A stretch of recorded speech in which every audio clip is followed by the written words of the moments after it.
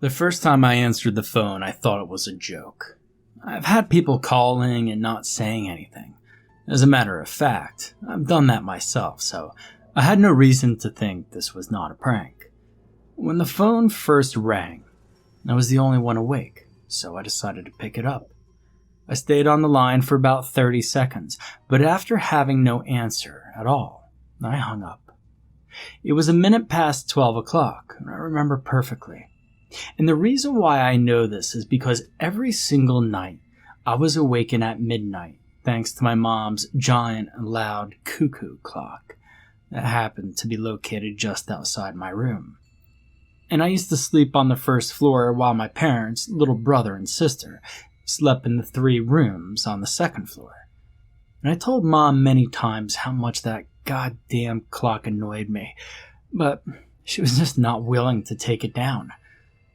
And after hanging up the call, I went back to sleep, and that was that.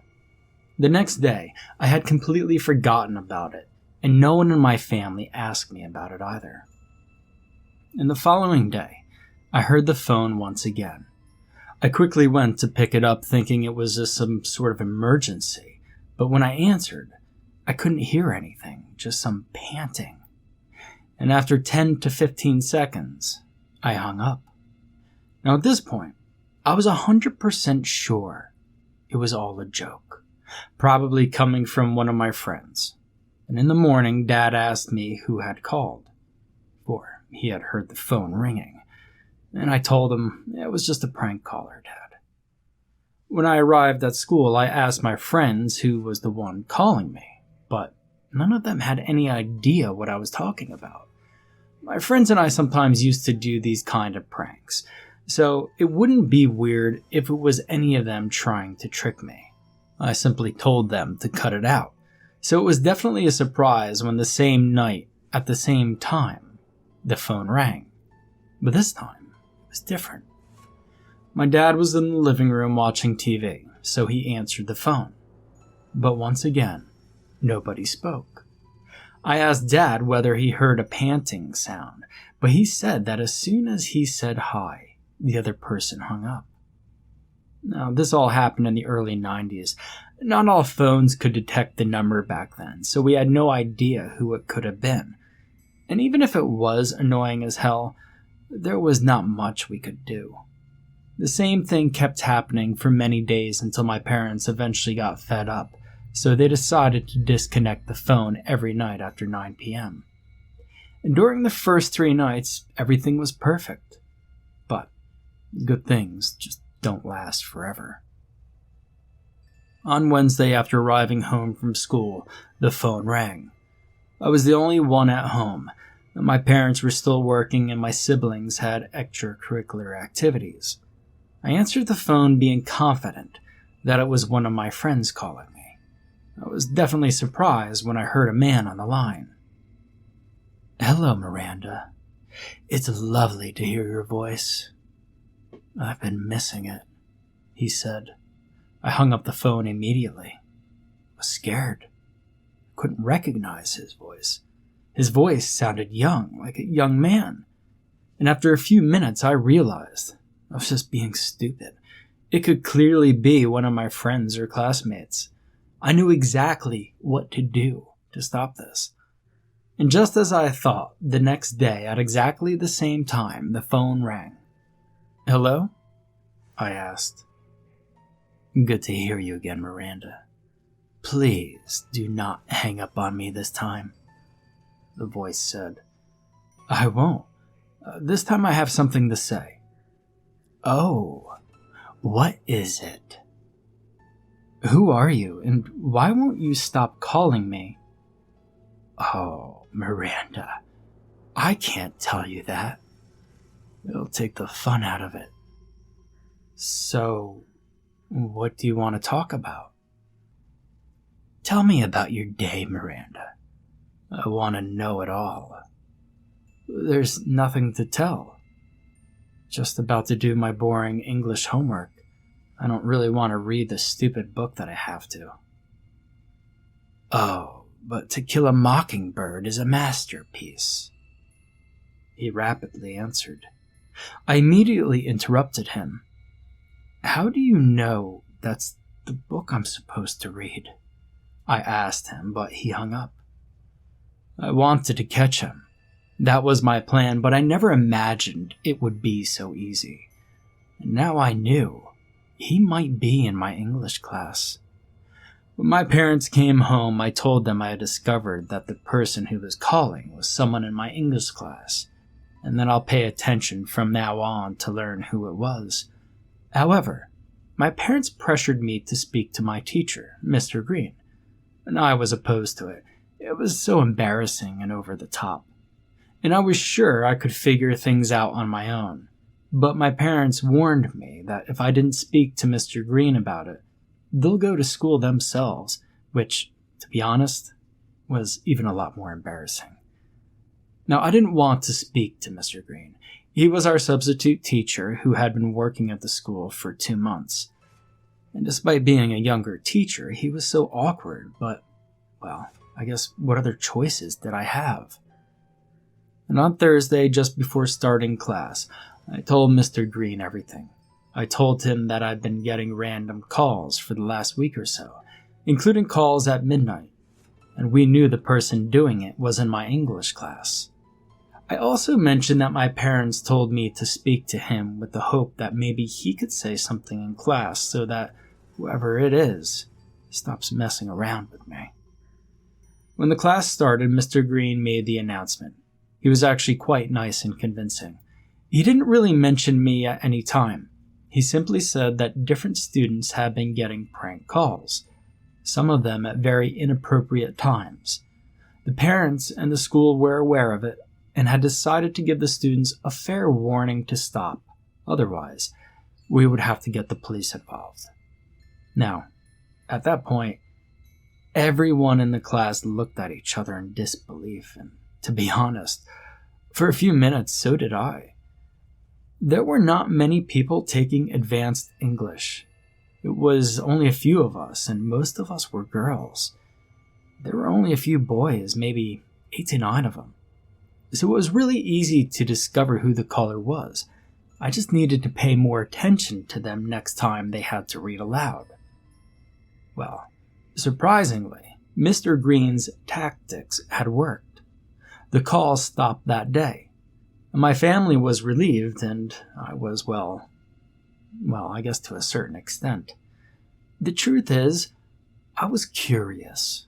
I wanted to know who the mysterious caller was, why he was doing it, especially now that I didn't have to take every boy at school into consideration, only a few boys from the same class. I felt as if I was close to know who it was. My friends kept telling me they believed that this person made the calls because he was a shy boy in love with me or something. I actually started to believe this theory, and, well, I was excited, especially because a couple of the guys who took the class were QTs, really, and I had the impression that one of them could have been, since he was rather awkward and shy. And he seemed like the kind of person who did those kind of things to get to know someone. I mean, as creepy as that sounds. So during class, I started paying attention to the boys whenever they read. I tried hard to identify the voice, but it was getting hard to remember it. Most of them sounded the same to me. And at the end, my subconscious played me, and I ended up getting convinced that the one with the most similar voice was Alan. The most handsome guy in class, to be honest. I kind of started to develop a crush on Alan. But the problem was that we didn't share many classes together. English was my only chance, so I changed seats and sat next to him. I tried speaking to him, but he was very quiet, and it took at least 3 attempts for him to actually have a full conversation with me. And I could tell he was having a good time talking to me. I could tell he liked me. And when Alan and I spoke, we didn't care who was around. Mr. Green had to tell us off a couple times during class, but this didn't stop us. And one day, Alan and I were speaking so much, Mr. Green got very upset because we were disturbing his class. So, he He sat us in different places. And after the class was over, Mr. Green had a word with me and told me my grades were now lower, and he thought it was because I had a bad influence. He said that I probably should fix my priorities, whatever that meant. Otherwise, I would have failed the class. But my grades at that point weren't my priority. It was Alan. And as soon as I got out of the classroom, Alan was waiting for me. He invited me to the school's winter dance, and of course, I accepted. I was over the moon. And after school, I drove home quickly because I wanted to see if I had enough money in my savings to get a new dress. But the moment I entered my house, the phone rang. "Do not go to the dance with him," the man on the phone said, and then hung up. I couldn't believe what was happening. The person that had been calling me all this time was not Alan. And now, whoever it was, I'd made him upset. I was anxious, but I didn't want to let this person interfere with things. I wanted to go to the dance with Alan, and I knew if I told my parents, they would take the mysterious caller's statement as a threat, and they won't let me go to the dance. So I said nothing to them. Now a week passed, and I continued with the preparations, and what should have been 7 days of happiness and excitement turned into 7 days of hell. Ever since accepting the invitation to the dance, I got a call. And now the mysterious caller was more aggressive every single time. I was constantly being called a whole bunch of obscenities and was constantly threatened. I started getting home late and disconnecting the phone, not to hear this person. One day, before the dance, I got home at 6 at night. I'd been at the salon getting my nails done, and my parents were not there yet, but I knew they were about to come home. I entered the house and noticed the lights were on, which was really strange. And I assumed my brother had arrived earlier from his karate classes, so I started calling his name, but I got no response. I headed to my room, and what I saw disturbed me. My room had been ransacked. My mattress had been flipped. The beautiful dress I was going to wear for the dance had been torn to shreds. It was all over my floor, and the word whore had been written on my mirror. I was terrified. I never thought this person would go so far, but now I know he was indeed dangerous. I ran out of my room, but as soon as I got out, there was a tall man wearing a gray hoodie, dirty jeans, and a black ski mask waiting for me. And I screamed as soon as I saw him, and I tried to push him out of the way, but he still managed to block my way and put a knife close to my face. "I told you not to go with him.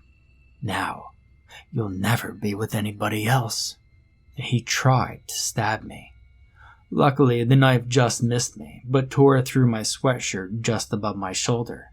I tried to push him out of the way once again, and I ran down the stairs with him following me. It all happened so fast, I can't even explain how we ended up tripping. When we tripped, he dropped the knife, and I could tell the both of us were trying to reach for it, and I needed to do it in order to save my life, and he needed to do it to kill me. And while we wrestled on the ground, the front door opened. It was my parents and siblings, and I heard my mom and my siblings scream while my dad ran towards me and the man. And unfortunately, the man was not stupid, and he managed to get up and run to the kitchen and exit using the back door. Now, I don't remember anything else, and I'm sure I'm probably forgetting something. After all, I was in shock. I only started feeling better when the police arrived, and we actually managed to speak with them. That night, we went to the police station, spent a long time talking with them. I told them all I knew, including what I believed to be responsible was another student from my English class, and they said that they would investigate further. Now, the next day, I didn't go to school. My school had been informed about everything, and because the suspect was a student, they postponed the dance. 2 days later, the police came to my house and told me that they knew who it was. And it turns out, the person who had been trying to kill me was Mr. Green. And after much thought, it made so much sense. He seemed particularly disturbed whenever he saw me close to Alan. But that's not it. It turns out Mr. Green was not who we all thought he was. His real name was Caleb Turner, a suspect that was on the loose for other crimes such as murder and kidnap. Caleb, pretending to be someone else, rented a room in the house of Mr. Andrew Green and his mother. About 2 weeks after he did so, he killed them, and then he impersonated Mr. Green, and then applied to be a substitute teacher using Mr. Green's qualifications. Caleb Turner was a clever man. He had his ways. More than 20 years have passed, and Caleb still hasn't been found. And I know that because I, myself, became a police detective after all that had happened. Many believe that Caleb is not around anymore. But I beg to differ. And that thought is what keeps me awake at night.